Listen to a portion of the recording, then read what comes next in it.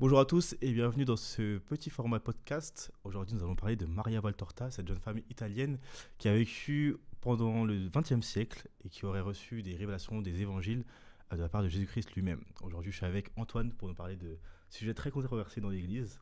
Bonjour Antoine. Bonjour, Paul. Tu vas bien? Alors, concernant Maria Valtorta, le dicaster pour la doctrine de la foi nous dit effectivement que Saint-Siège reçoit souvent des demandes d'éclaircissement de la part de clercs et de laïcs concernant la position de l'Église sur les écrits de Maria Valtorta, tels que l'ouvrage Le poème de l'homme-dieu, connu aujourd'hui sous le nom de l'Évangile tel qu'il m'a été révélé, et d'autres publications. À cet égard, il est rappelé que les prétendues visions, révélations et communications contenues dans les écrits de Maria Valtorta, ou en tout cas qui lui sont attribuées, ne peuvent être considérées d'origine surnaturelle, mais doivent être considérées comme des formes littéraires que l'auteur a utilisées pour raconter à sa manière la vie de Jésus-Christ. Dans sa longue tradition, l'Église n'accepte pas les évangiles apocryphes et autres textes similaires comme normatifs, car elle ne reconnaît pas leur inspiration divine et renvoie à la lecture sur les évangiles inspirés. Alors, il y a deux points qui ressortent, notamment le fait du rejet de la révélation surnaturelle des écrits de Maria Valtorta, et elle dit également, que ça ne viendra pas de Jésus-Christ, mais ça viendrait d'elle-même. Du coup, ce sont une forme littéraire qu'elle a utilisée pour raconter les évangiles. Qu'est-ce que tu pourrais nous dire dessus? Bien, la première chose à dire, c'est que le magistère a tout à fait raison de nous dire d'être prudent avec ce genre de choses. Pourquoi? Parce qu'on sait que des fausses mystiques, à travers les siècles, il y en a eu tout un tas, il y en aura jusqu'au retour du Seigneur Jésus sur la terre. Non. Avec ça, il faut toujours être prudent. En revanche, ce qui est important de dire, c'est que ça, ce n'est pas une parole infaillible du magistère. C'est une parole prudentielle, c'est-à-dire que cela peut être possible que l'Église se trompe sur ce point-là. Et d'ailleurs, c'est arrivé plusieurs fois dans l'histoire de l'Église, où l'Église a mis en garde contre certaines révélations privées, mais au final, elle a changé d'avis. On peut penser à Sainte Faustine, dont les écrits au début ont été mis à index, comme Maria Valtorta, d'ailleurs par le même cardinal, et finalement, l'Église s'est rétractée.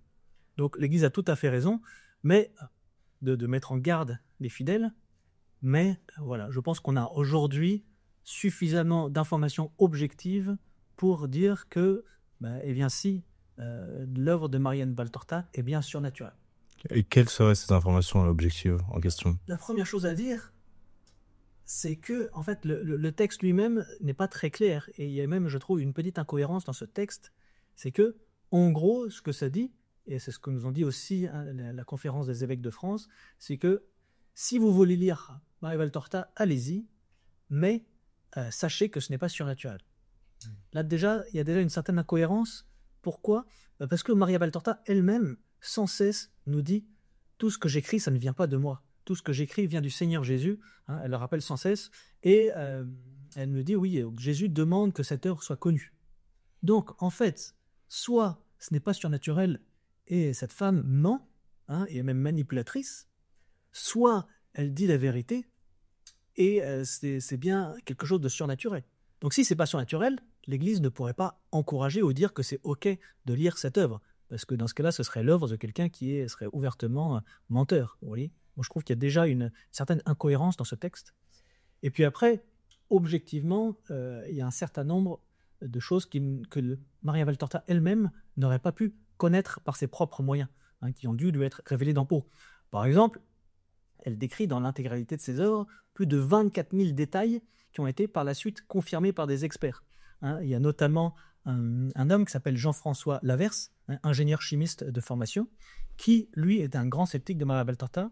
Je crois d'ailleurs, parce qu'une de ses connaissances, peut-être un membre de sa famille, était fan de Maria Valtorta, mais que finalement, ça l'énervait. Donc, du coup, lui s'est mis en quête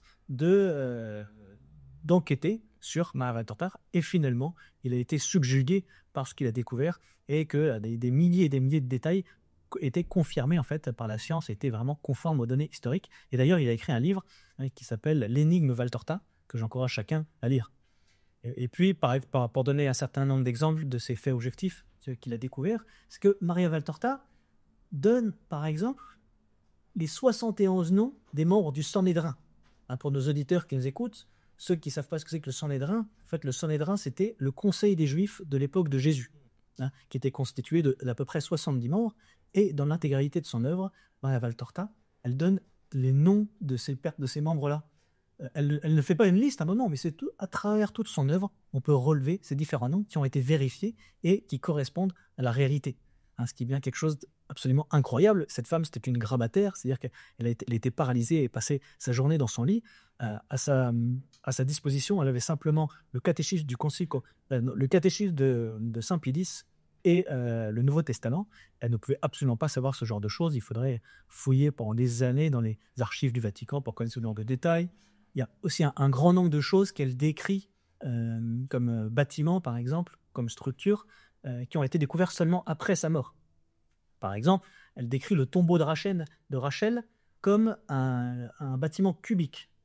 Or, au moment où Maria Valtorta vivait, on ne voyait pas du tout un cube, mais on voyait une longue forme rectangulaire, et ce n'est qu'après sa mort que des fouilles, en utilisant des matériaux, des outils modernes, ont pu découvrir qu'en fait, en dessous, il y avait une forme cubique qui avait été rajoutée en fait, dans les siècles derniers. Elle décrit aussi très très précisément la ville de Jérusalem.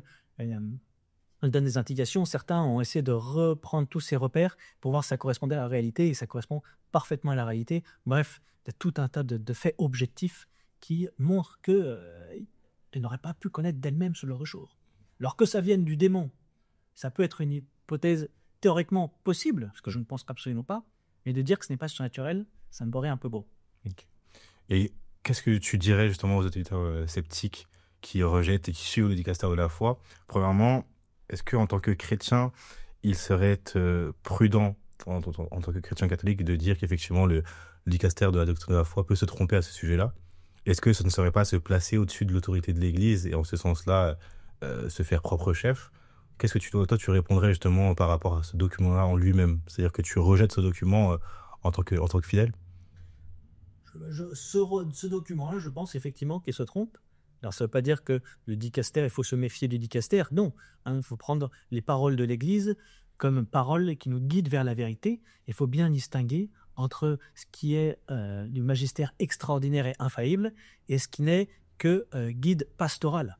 L'ordre du pastoral dans l'Église n'a pas vocation à être infaillible. Il a vocation à nous aider à être guidés. Et si finalement, on se rendait compte qu'il y a certains fidèles, que même si Maria Valtorta c'était entièrement vrai, mais que si finalement certains fidèles commençaient à se détourner de la parole de Dieu et à se détourner de l'Église pour rester uniquement plongés dans Maria Valtorta, eh bien là, je dirais, non, regardez le dicastère, lui-même il dit il faut être prudent. Le dicastère, quand il n'est pas sous sa forme infaillible, est un guide. Et parfois un guide, on doit être capable de s'en séparer. Donc jamais se méfier du magistère, mais parfois l'approcher avec un certain recul. Surtout, sauf quand c'est évidemment quand c'est dogmatisé, quand le successeur de Saint Pierre, c'est-à-dire le pape, prononce une parole en tant que successeur de Saint Pierre et qu'il déclare un dogme, là on est sûr à 100% que c'est vrai. Mais bon, parfois, là, il faut savoir prendre un haut. Tu te fais grand défenseur de Maria Valtorta. Est-ce que tu as une histoire particulière avec elle? Est-ce que c'est quelque chose, c'est un sujet qui te touche? Oui, tu as bien remarqué, ça me touche beaucoup parce que en fait, je me suis converti moi-même non seulement à Jésus-Christ, mais à l'Église catholique grâce à Maria Valtorta. Donc c'est un sujet qui me touche tout particulièrement. Moi, en fait, avant de me convertir, je me suis converti à 26 ans, je mets 33 aujourd'hui. En fait, avant de me convertir, j'étais, disons, égaré dans toutes sortes de doctrines étrangères. Comme dit la lettre aux Hébreux, je crois. J'étais vraiment embarqué dans des spiritualités orientales. Il y a vraiment tout un tas de méditation, rechercher la transcendance, etc. J'étais vraiment à fond là-dedans. D'ailleurs, ça m'a conduit très très bas. Peut-être qu'on en reparlera une autre fois. Mais un jour, j'ai découvert Maria Valtorta. Comment ça s'est passé? Eh bien, ma mère qui s'est convertie quelques années avant moi, eh bien, m'a tendu un petit piège, entre guillemets, un piège bénéfique. Elle m'a dit, oui, toi qui aimes voyager, toi qui as été un peu dans tous les pays du monde, t'as jamais été en Terre Sainte. Est-ce que ça ne dirait pas que je t'offre un voyage en Terre Sainte? Je fais, oui, d'accord, si tu me l'offres, avec plaisir. Et en fait, ce voyage, c'était un pèlerinage de 10 jours à Terre Sainte, dont le thème était sur les traces de Jésus selon l'œuvre de Maria Valtorta. Et en allant là-bas, je me suis rendu compte que le guide, qui est responsable de tout le groupe, des 10 jours, eh bien, pour chacune des destinations quotidiennes du pèlerinage, eh bien, il avait extrait de l'œuvre de Maria Valtorta les passages qui correspondaient à chaque destination. Vous voyez, si un jour on avait Nazareth et puis une ville, et puis Bethsaïde à côté, eh bien, pour le jour même, il avait extrait des passages de Nazareth et des passages de Bethsaïde, seulement quelques-uns, parce qu'il y en a des milliers. Eh bien, il avait extrait ça. Et donc, moi, la veille au soir, à la veille de chaque destination, eh bien, je lisais le passage. Et j'ai trouvé ça tellement extraordinaire. Vraiment, je me suis dit, mais c'est pas possible. Moi qui étais un fan de lecture toute ma vie, moi qui, quand j'étais petit, j'ai été élevé chez la mère tout seul, donc je me suis développé une passion pour la lecture, parce que quand je rentrais chez moi, je m'ennuyais. Moi qui ai lu les plus grands romans, j'ai vraiment été un énorme fan de science-fiction, de lecture classique. Eh bien, je me suis dit, mais j'ai jamais vu quelque chose d'écrit avec une telle profondeur. C'est extraordinaire. Et ça m'a tellement subjugué que quand je suis rentré en France, eh bien, j'ai demandé à ma mère de me donner le tome 1 de Maria Valtorta. Je me suis dit, mais c'est pas possible, c'est vrai ça. Et j'ai demandé le tome 1 et j'ai lu, et puis j'ai lu les 10 tomes et je me suis converti. Donc oui, effectivement, je suis particulièrement touché par cette œuvre et ça me tient particulièrement à cœur. Pour rappeler à nos chers auditeurs, justement, par rapport aux révélations, le catéchisme de l'Église catholique, qui a vocation pour être universel, c'est-à-dire qu'il vaut pour l'ensemble des fidèles, nous rappelle que l'économie chrétienne, étant l'alliance nouvelle et définitive, ne passera donc jamais à aucune autre révélation publique. C'est-à-dire qu'il n'y aura plus de révélation publique après la mort des apôtres. Et qu'il ne faut pas attendre de choses nouvelles dans la foi jusqu'au retour de notre Seigneur Jésus-Christ. Toutefois, même si la révélation est achevée, elle n'est pas complètement explicitée. Il restera la foi chrétienne d'en saisir graduellement toute la portée au cours des siècles. Et d'ailleurs, au cours des siècles, il y a des révélations dites privées, dont le cas, entre guillemets, peut être évoqué par rapport à Maria Valtorta, dont certaines ont été reconnues par l'autorité de l'Église. Elles n'appartiennent cependant pas au dépôt de la foi. Leur rôle n'est pas d'améliorer ou de compléter la révélation divine du Christ, mais d'aider à en vivre plus pleinement à une certaine époque de l'histoire. Guidée par le magistère de l'Église, elle sert le sens des fidèles, c'est discerner et accueillir ce qui dans ces révélations constitue un appel authentique du Christ ou de ses saints à l'Église. Est-ce que tu veux rajouter un petit mot pour conclure ? Oui, je trouve que ce que tu as lu, c'est très très bien. Et je rappelle à nos auditeurs, effectivement, qui voudraient lire Maria Valtorta, que même si moi je crois que ça a été révélé par Dieu, attention, ce n'est pas parole de Dieu avec un grand P. On pourrait, à la limite, et encore le terme, je pense, qui est équivoque, dire que c'est parole de Dieu avec un petit p, mais non, il y a une seule parole de Dieu. Hein, le Concile Vatican II nous rappelle, la parole de Dieu, c'est la Bible plus le magistère, c'est-à-dire la Bible plus la juste interprétation de la Bible. Ouais, et ça, ce n'est que...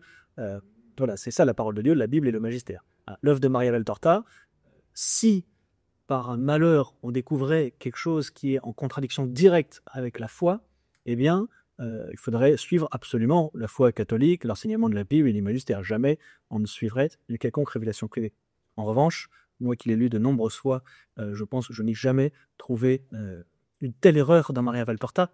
Et même, j'ai entendu des attaques, hein, notamment de certains pères que je ne nommerai pas parce que ce n'est pas l'objet ici, mais voilà, leurs attaques me paraissent assez faibles et en rien ça nous contredit l'enseignement de l'Église catholique. Écoutez, merci à tous. On se retrouve très bientôt pour un nouveau format mini podcast. En attendant, prenez soin de vous, que Dieu vous bénisse et à bientôt. Amen.